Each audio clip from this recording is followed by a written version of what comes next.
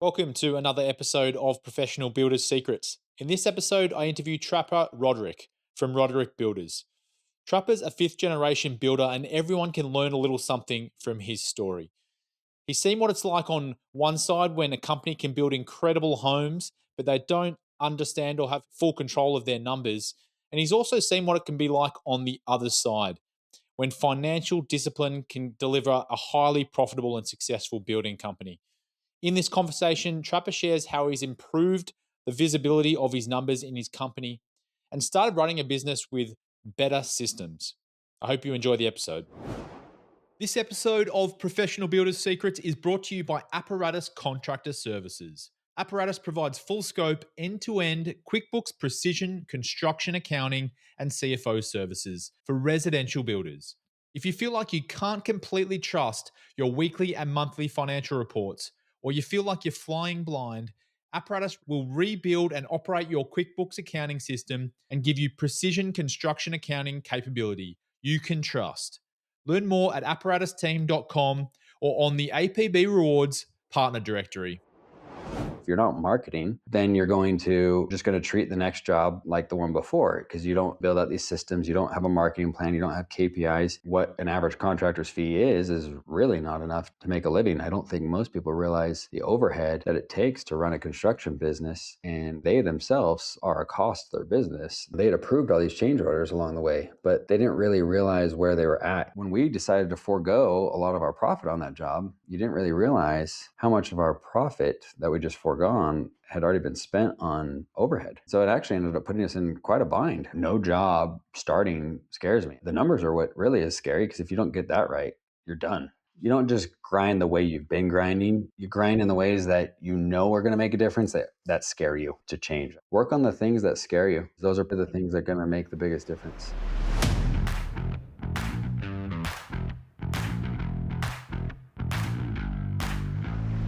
Welcome to Professional Builders Secrets, the podcast for building company owners who want to grow safely and securely. I'm your host, as always, Will Blunt, and today I'm joined by Trapper Roderick from Roderick Builders. Trapper, welcome to the show. Oh, thanks, man. It's great to be here. Very good to have you on. You've been around the traps for a while with APB, and you actually reached out and said, I'd love to come on the podcast. And once I heard your story, I was like, yeah, let's do it. This sounds like a really cool conversation. Yeah, APB has been a huge blessing in my life. I'm glad I got in touch with them when I did. And yeah, I wish I would have done it sooner. That's all right. I want to hear more about you, though. Let's go back and get a bit of background on your story, how you got into building, all that kind of stuff. I can give you the down low. So I always knew I was going to be a builder, right? Like from a really young age, fifth generation builder on really both sides of my family. My mom's family was part of one of the largest commercial companies on the West Coast. And they grew it into this giant conglomerate, high rises, and they ended up selling to be an employee-owned company back in the early 2000s. So I grew up like being around like all these really cool construction projects, building LDS temples and high rises down in Salt Lake, and kind of like all around the United States that they were building stuff. So that was really fun being alongside my grandpa, and he was just such like a cool carpenter. Like even though he was like running a cool business. He was just a carpenter at heart. He'd always spend his time like in the garage, like building furniture and kayaks and whatnot. So I was with my grandpa a lot, but my parents were really young, and so when I was with my parents, I typically was going to work with my dad. Right, my dad was a framer when I was really young, and so Saturdays and Fridays, if I was with my dad, I was on a job site with him, and he'd hand me a box of nails and tell me to build something. He's usually like a little lean-to dog shed or something like that, but I'll never forget those days, just being on the job site as a kid. And I have no idea what I did other than that I was just enthralled with nails and hammers and how to actually put things together. And it was always fun watching that. And so, life progressed. My dad became a general and started building these really cool mega mansions and got me really interested in architecture. So I was like, oh, maybe I want to be an architect. So I kind of went down that path of some architecture schooling and still have a big passion for it today. I learned pretty quickly I don't want to be an architect. I don't want to sit behind a desk every day. I don't want to be responsible for everyone's drawings, but I love the emotion of architecture. And so because of the market that my dad was in Los Angeles, building these amazing homes that were just designs that you would never be able to even imagine, really, it kind of led me to want to build in my own market, which is Utah, and build like spec, right? Because you can really kind of control people's emotions and guide them a little bit. So unlike a lot of builders, I don't just take the plans.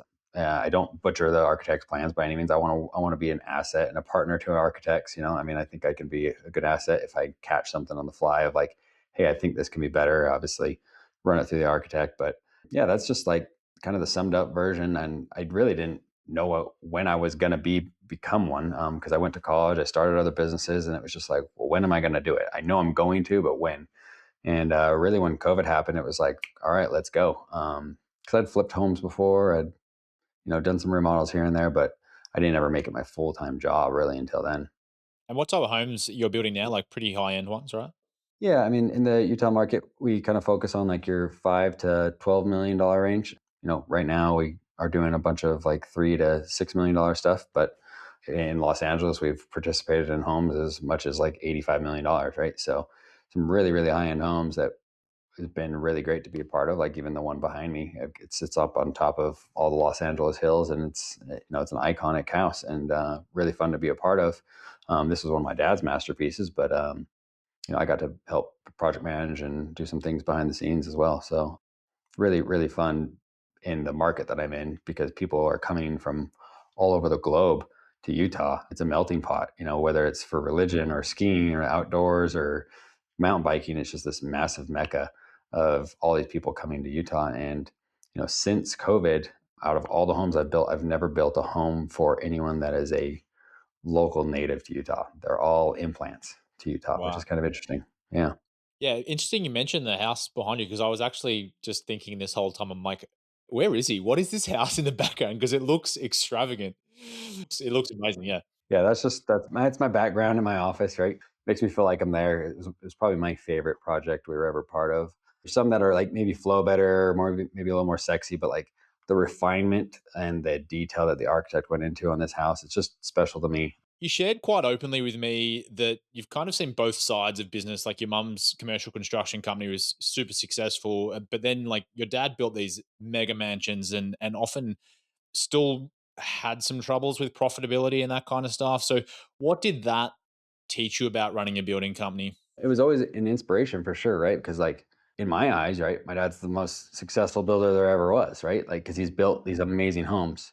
But I got to see like if you don't build a team around you, and he had great teams, but it was always to make a great product, right? Like he builds the nicest homes. He's got amazing carpenters or great craft, but he never like implemented the marketing strategy. So the amount of times that our homes have been featured in Wall Street Journal or Esquire magazine, Los Angeles Times, Architectural Digest, featured in all these rich houses of Beverly Hills TV shows, but never once does it mention Roderick Builders, which it always kind of made me sad. And I'm like, it's not like I want my dad to be famous, but like I want him to have some credit, right? Like why is he always chasing the next job when the job finishes, right? And it kind of goes back to like the principles of APB, right? If you're not marketing, then you're just going to treat the next job like the one before because you don't build out these systems, you don't have a marketing plan, you don't have KPIs.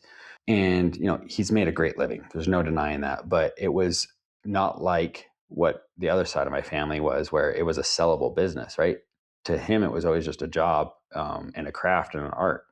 I'm not saying I want to sell my business or anything like that, but if you're building these homes, and all these homes mostly were for sale, why not participate? Why not organize the deal? You're already the consultant. You're already the one that's on site every day. Why not participate in some more of that upside rather than just a normal contractor's fee, right? But it also taught me like what an average contractor's fee is really not enough to make a living. I don't think most people realize the overhead that it takes to run a construction business. It's just really sad because there's so many contractors out there across the nation who have an amazing craft, but they don't realize how much they're actually spending in their overhead, and they themselves are a cost to their business. They are not the profit.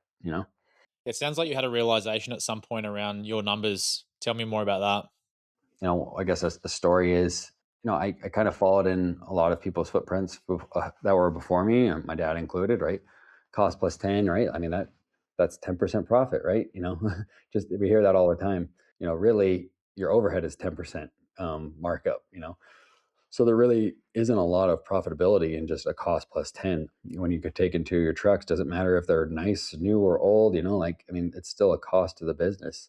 Your time is a cost. And so, we had a customer where we were really generous to them. They were pretty over budget, and, they had approved all these change orders along the way, but they didn't really realize where they were at, even though they had approved them.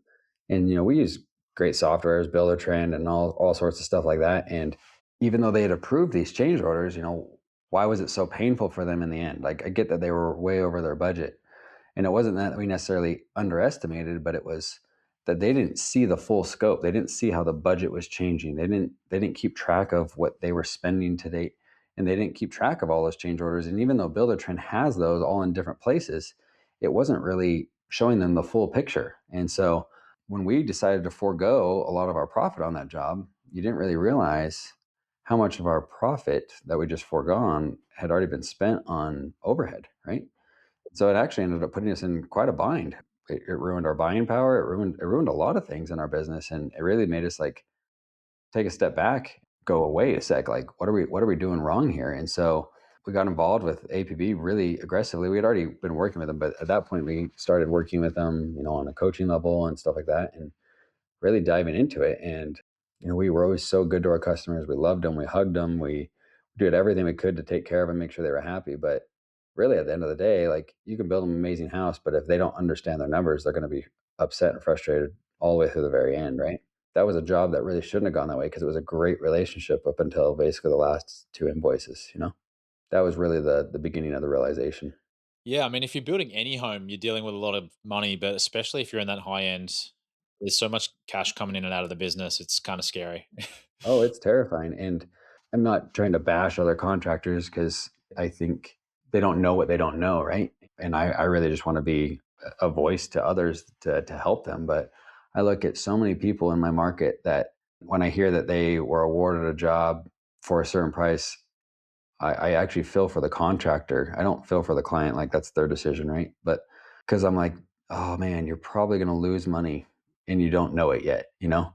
And there's so much money coming in and out of contractors' accounts, and I don't think they've really realized until they understand WIP, right? I mean, that's such a big, important part of what APB teaches, and a few other people that are in that space. We use Adaptive Build, which is a great accounting software because it runs your WIP. It tells you, if you've drawn $1 million, how much of that $1 million have you actually realized yet? How much have you actually earned? If the job stopped tomorrow, how much have you actually made and how much are you giving back, right?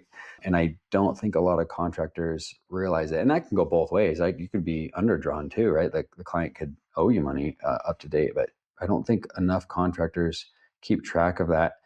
And they're financing their lives and their trucks and stuff like that. Especially in a market like this, everybody's got a brand new truck, and I mean, I'm guilty of it too. I drive a nice truck and whatnot, but it's just crazy how many people don't know what money is theirs and what money is their clients.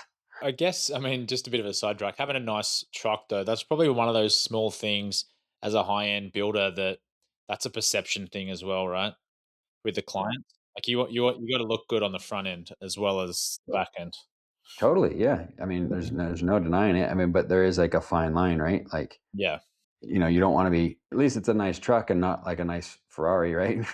Like, there's a there's definitely a different perception, and so, but it's also maintenance. I mean, we look at it from a longevity and a maintenance perspective. I mean, whether our clients complain like, "Oh, am I buying your new truck?" No, honestly, like, we're just smart with our money. We figure out, what's going to be more cost effective, and it's more cost effective for taxes and all these other reasons to get a new truck every year or two.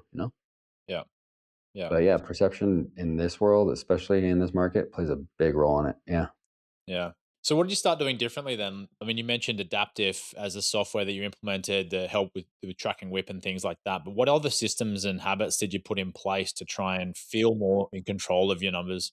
Yeah, so we worked with Clint. Clint was our APB coach. So shout out to Clint for sure. He scared the crap out of me. He's like, "You need to go to a fixed price contract." I was like, "Yeah, right. Like, how do you fix price a $5 million home?" He's like, "You just do it." And I'm like, "All right." Like, so we figured that out, right? It was such a great experience, honestly, because it changed our entire pre-construction. Pre-construction is so important, and I always took it seriously. And I would put, a couple hundred hours into it, but now I would say we put like 3,000 hours into pre-construction. And that's probably a little too much. It's a little excessive, but like we live in fear. We want to make sure that the client knows exactly what they're getting, that they're understanding. We do things now like walk your plans where you get to go the floor, the plans are projected on the floor and the client gets to go walk that space. And even though that's a cost to us, it helps eliminate what they imagine in their head, whether we design the home or an architect did. They're actually understanding how those plans work. We want to pick every micro thing out down to like the faceplate covers of a light switch, right? Because we might have something different in mind. Yeah, we spec light switch cover, but well, they were picking a $150 light switch cover, and we spec a 19-cent one. So Yeah. we just get so granular in that pre-construction and that estimating now that no job starting scares me. I mean, I've already been a part of like the scariest builds, right? Like cliff sides and whatnot, right? But the numbers are what really is scary because if you don't get that right, you're done. And so whether we are a cost plus job or a fixed price job, that was probably like the biggest change is our pre-construction went from 100 to 300 hours to literally 3,000. So uh, just an insane increase in hours in that pre-construction to make sure that everyone is on the same page. How many light switches do you think there are in a $10 million home? Well, Well, that I mean that gets really interesting because now we're getting into like the whole wellness thing and smart oh, I homes and wasn't stuff going like down that, that right? path. I was trying And to so figure out like so if you're losing $150 on one light switch, and true. how many you got in a home, and then that's just I mean one it's got to be example of it. 300-400 at least, right? Yeah, I can compound like if that's if you're doing that across multiple different materials, like think of Yeah, the costs. exactly. I mean, now with like smart controls and stuff like that, like, okay, well, what if they were expecting a smart lighting system and it wasn't spec, right? Like, I mean, it's just crazy how out of hand it can get over the smallest little thing. And so I always tell a client in the beginning, I'm like, don't pick me because you like me. I said, pick me because you can have a hard conversation with me because anybody can build your home. I think we're going to build it really, really well. We're going to be really involved, but pick me because you can have a hard conversation with me because there's going to be hard conversations that are going to have to be had during this build, whether that be something you want to change or bad news, or I want to change something. There's going to be something, and then we start talking about like the scenario of change orders and changing the scope. And I say the reason why we're doing this pre-construction so aggressively is, let's just say you have $1,000 change, but you do that $1,000 change 100 times, which 100 times is really not that many. You just increased your budget by $100,000, which maybe for you is not a big deal, but some people that's what their homes cost. For you, it could be a big deal though if you're not factoring that in, and then you're out 100 grand at the end of the Yeah, project. So yeah. yeah.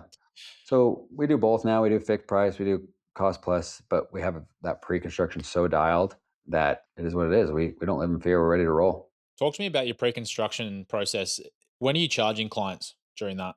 Yeah. So before we're ever going to price a job, ideally we're involved really, really, really early on. We want to be probably their first point of contact, maybe even before an architect, so we can help them select the architect that is going to be the best fit for them. And we've got recommendations, and they might as well. But given that most of these people are from out of town, they usually are pretty open to us. And so we've got a great list of architects we love here in the state and outside the state that work really well, and we kind of understand what their strengths are.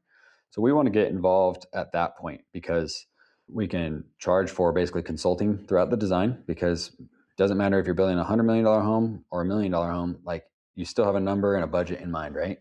And so we want to make sure that that architect, although is likely going to design something super beautiful, there's just nothing worse than when you get a set of plans that an architect's designed and the client has approved it and they're ready to rock and roll, and then they can't afford any of it. It's Yeah. over designed. And I see it all too often. Even people I've advised early on, get someone involved early. Otherwise, this will happen. And it happened again last week to a good friend. And I'm just like, dude, come on. I told you, you got to design to your budget because otherwise you're going to double it every single time. You're going to have these amazing ideas. So we want to get involved then from a consulting perspective, and then once the design's finished, we want to charge for pricing the model, which because we're going to put 3,000 hours into it. I mean that's a lot of weeks of work, right?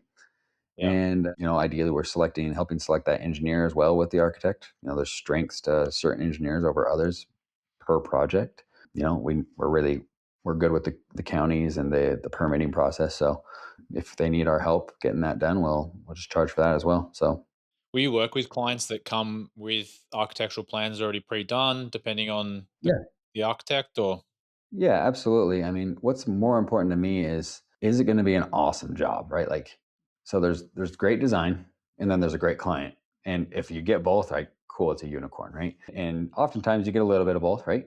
But that's the important part. We want to be a part of really cool projects or really cool people because we're not too good for someone who wants to build $1 million home just because we built these really insane nice homes. Like we're not too good for it, right? And I think that's a big change we're working on right now is our perception is we are too nice and we got to change that because there's probably a lot of people I could have helped in that we were maybe the best fit for them, but they thought we were maybe going to be too expensive. So they didn't even ask. So yeah, we love working with new architects that we've never worked with before. It gives us an opportunity to learn as well, you know? I bet there's not a single builder listening that hasn't had a challenging client before. And the first thing I thought when you said, good people or good design, I was like, I only really care about the good people because I don't want to work with people, challenging people. But Yeah. am I right in saying that the scale of challenge gets higher with the scale of build as well, in terms of the people you're working with? They're more specific, more detailed. I think that there's the middle range is the hardest part. You know, I Yeah. think I'm going to say the starter luxury, right? So the people who are they're buying the $5 million home, but maybe shouldn't be buying the $5 million home, right? Because when you get up into like that 10 million plus, like it's likely maybe a second home.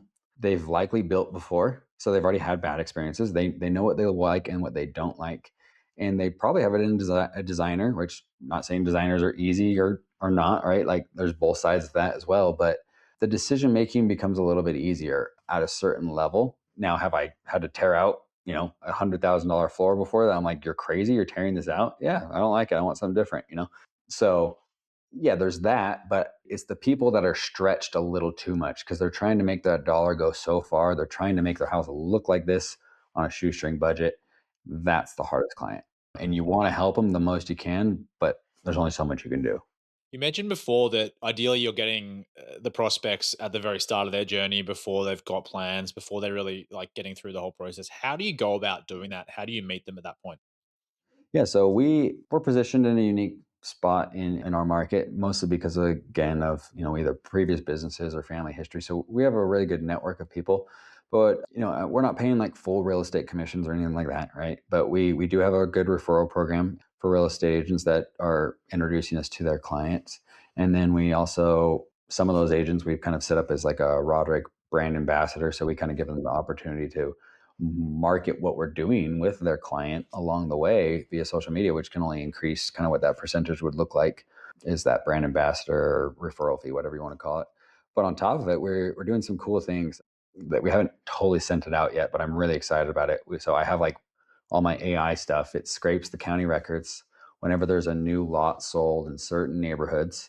I get alerted and I get the information of like what their mailing address is, if there is a phone number or whatever. So I have a lot of people's information in like my favorite neighborhoods in the state. And then we're starting to do handwritten letters to all of them, right? And that handwritten letter has just a small QR code. It's got a message that's basically design led, construction mastered, and that QR code eventually is going to lead to a landing page of me talking with them about why we would likely be a good option to help them get that process started. Whether we end up building it or not, like we want to be a source of information and knowledge to people. And I think that is something that all too many contractors don't take seriously enough. Like, Yeah, that sounds like a pretty cool idea that you got going on there with the QR codes and the handwritten notes and sending them to a page where you're doing video content. What's the rationale behind the video and educational content? the whole thing is, builders, they have so much knowledge. They've had so many mistakes. They've had so many unique experiences, and no house is alike, no lot's the same, no architect is the same. No house in all the circumstances will ever be the same. You can never replicate that exact house in that exact circumstances ever again. It will at least be different dirt, possibly a different client, different team behind it. And so it's such a shame that people don't take advantage to educate, right? Because I mean, that's really what should set the difference apart when you pick a builder is someone that is going to be able to guide you through the things that you're uncomfortable handling on your own, right? And so that's one of the best things about like our team, even though we're spread out across a few different states, we have knowledge just of about like kind of building any kind of product. And so someone on our team likely has an answer or has had something similar.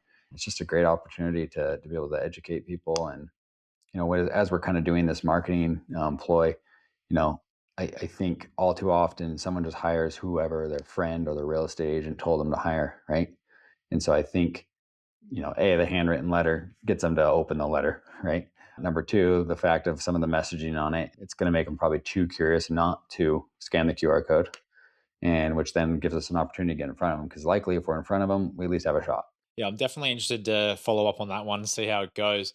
But Yeah. what the other thing I'm interested about your marketing, you do a lot of good content anyway, like on your Instagram, your socials, and that kind of stuff. You're doing regular high quality content. You got a bit of a following growing there as well. What's the intention behind all of that? And have you seen that bear fruit in terms of the type of clients you're working with?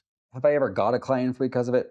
Probably not. But I think what the best thing is that it does is a client is going to do their own research before they even probably call you or meet with you the first time.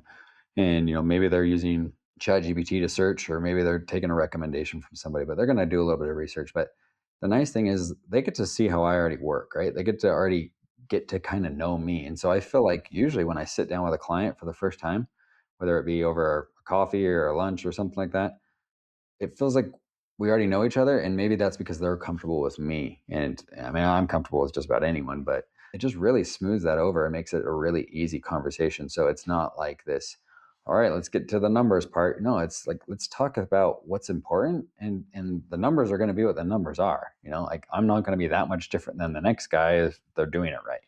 I think I was afraid for so long because building's so important to me. In other business ideas, I didn't really care that much. I was sure, like, I'll be the face of it, but I was intimidated with building. I really was for the longest time. I waited 5 years before I ever even got in front of the camera. Yeah, it's an interesting one because we recommend builders get on camera as much as they can in their content because, to your point, it builds trust. It's like when you jump on a call with someone, they already know who you are, they trust you, they're comfortable with you. Whereas if you don't have anything available online like that, it's kind of like talking to a stranger. And if you're going to invest $6 to $10 million into a stranger, most of the time that's not going to happen. Yeah, I would completely agree. So I'm very grateful for her and a few others, and like I said, my wife and family have been supportive. It was really interesting when I started doing it. Like I said, I've probably never gotten a client because of it, but I've had amazing brand partnerships. I've had more support from people I already knew. I've had people that didn't even know I was a builder that I know well call me and be like, I didn't know you were doing this. So like, it's just exponentially grown my reputation throughout this state. And because I mean, we are somewhat of leaders in this state, but only like the home builders association really knows that, or the inspectors who are inspecting our homes. Like, it's not the general public. And so it was actually pretty rewarding, in the sense of just getting these people's feedback of like, hey, I love what you're doing. Like, even family members who know me well, they're like, oh, you're doing some cool things. I had no clue you were doing that. And they're just encouraging it because it's fun for them. Yeah, that's a great point, and you probably can't put a tangible benefit on that, but that family member or that friend that didn't know what you're doing before now gets exposed to it. They talk to someone else about that, and that just kind of builds momentum. Yeah, exactly. We'll keep doing it. It's hard to keep up with. Pretty much need a team and an army for it, but we'll get there one day. How often are you doing content? I only do content like once a week as far as Yeah. like going and filming it, but I'm trying to find, maybe this person will find me because of the show, but I'm looking for someone who's really passionate about photography and loves people, because building homes, you can put it together in a special way, you can make it look pretty, and I think that's what all builders are doing. But the real stories, are the people that are putting it together. So I really want a great photographer who understands like the shadows and of architecture, but is great at capturing the human interaction. Sometimes show up to the job sites early in the morning, and I see, or late at night, and I see maybe the drywaller walking out of the house, covering his head as like the snow's blowing sideways and it's dark outside, and I'm like, that's a cool story. Yeah. Why aren't we capturing more of that, like National Geographic, but for builders or for subcontractors? Yeah, that's cool. That's cool content, and I think from a marketing perspective, there's something about the quality of that content which ties into the quality of the work you deliver as well. I'm just thinking psychologically there, but Yeah, no, I agree. well, back to the numbers side of things. You mentioned adaptive. You quickly mentioned Builder Trend as well. Are they the main tools you're using to track your numbers? And is it helping you make better decisions financially? Yeah, I mean, adaptive specifically is helping me make drastically better decisions. Builder Trend was great for our numbers, like, but I think the complexity of it, it was providing too much in too many different places. So we still use Builder Trend today for all of our project management and even our change orders. It makes it super simple. But when it comes down to adaptive, our whole team at any given time, as long as we spend 10 to 30 minutes a day in there, organizing whatever, receipts have come in or purchase orders and stuff like that, it runs that whip for us. We don't have to have like some other Excel sheet. And so I could be at a lunch with my business partner and we can discuss where we're at on a project like right then and there. And I think my favorite part, which kind of goes back to that first story I told, is every single invoice, which is, this should be common sense throughout the entire industry.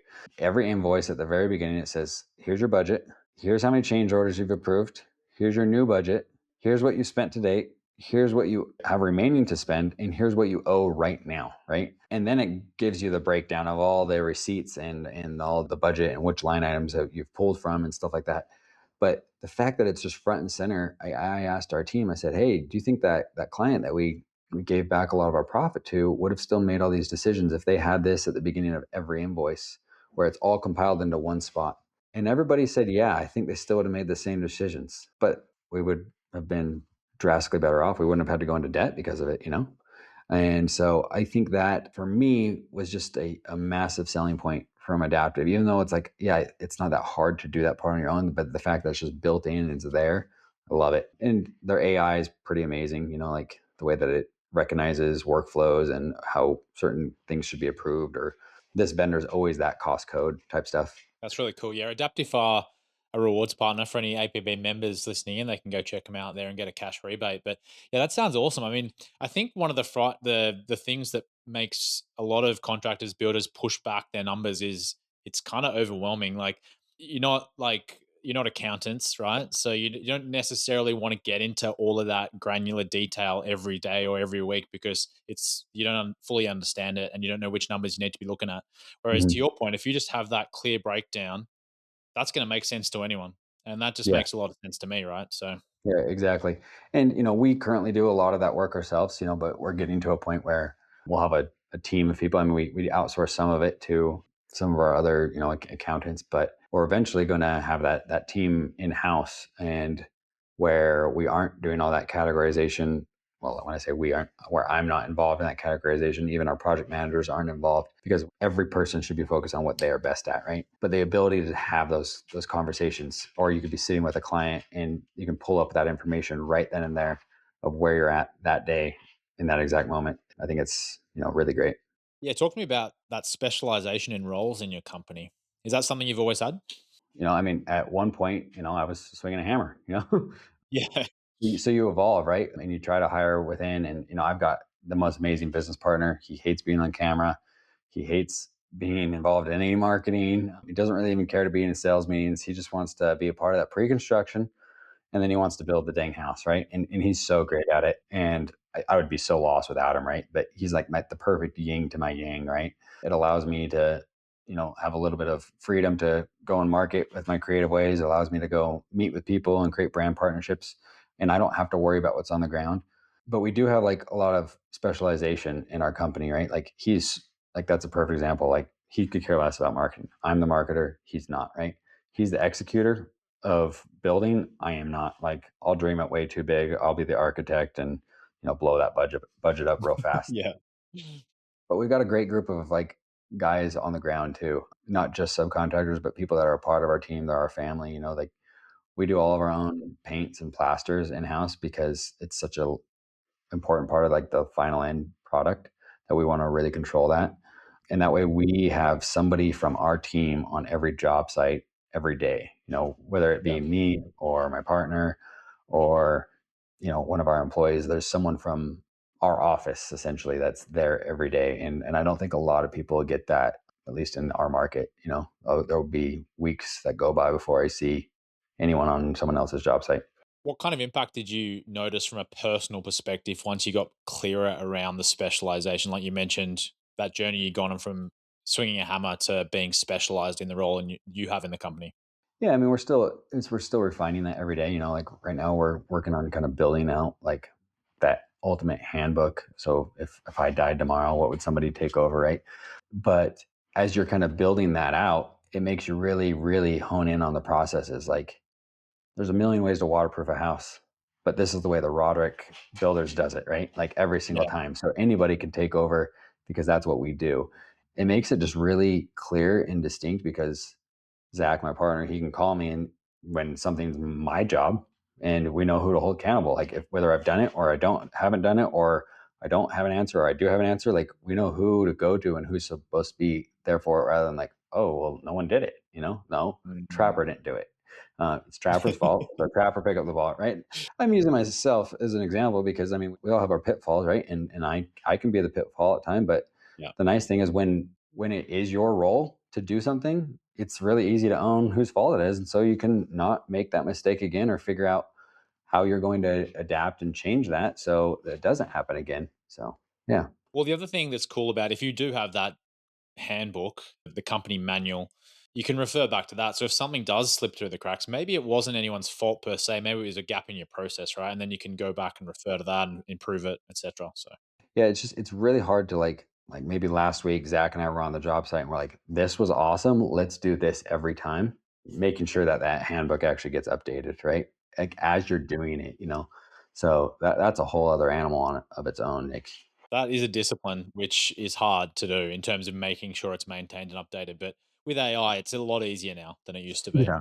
We're going to start wrapping this one up, Trapper. But what's one final piece of advice you'd give to builders listening today? It's gonna be kind of a two-part. First off, you gotta just believe in yourself, right? Like, because really, the sky is the limit. I mean, there's times where I thought everything's gonna fall apart, but if you just like keep believing and you grind, and you don't just grind the way you've been grinding, you grind in the ways that you know are gonna make a difference that scare you to change, right? So like, believe and go make those changes, and then get someone involved in your numbers as early as you possibly can because I don't care if you've got the greatest CPA who does your taxes. If you don't know your numbers throughout the life of a job, you're leaving so much money on the table. You're hurting yourself. You're hurting your client. You're hurting your subcontractor. Everyone around. Like your life can only be that much better if you just know that. Because maybe your subcontractor is not good at keeping track of their books. Hey, how much more do you owe me? What, you don't know? Like that's scary. So get involved with your numbers as early as you can to the highest level that you can. Yeah, that's cool. I like the first part because what it touches on is, I mean, I don't think anyone listening to a podcast like this is not a hard worker. They're all working hard and wanting to be better, but sometimes you're working on the wrong things. You know what I mean? Mhm. Yeah, I mean, Yeah, I'm guilty of it. I'll go down a rabbit hole on something I shouldn't, but work on the things that scare you for sure, because those are that's a good way to probably the frame it. things that are going to make the biggest difference. Trapper, man, thank you so much for coming on the show today. I've loved this conversation. There's been a lot of value for builders in there, and it was really cool to hear a lot about your journey as well. So, yeah, thanks for coming on. No, thanks, Will. I really appreciate it, and hope to see you again sometime soon. Cool. Also, a big thank you to our listeners wherever you are in the world.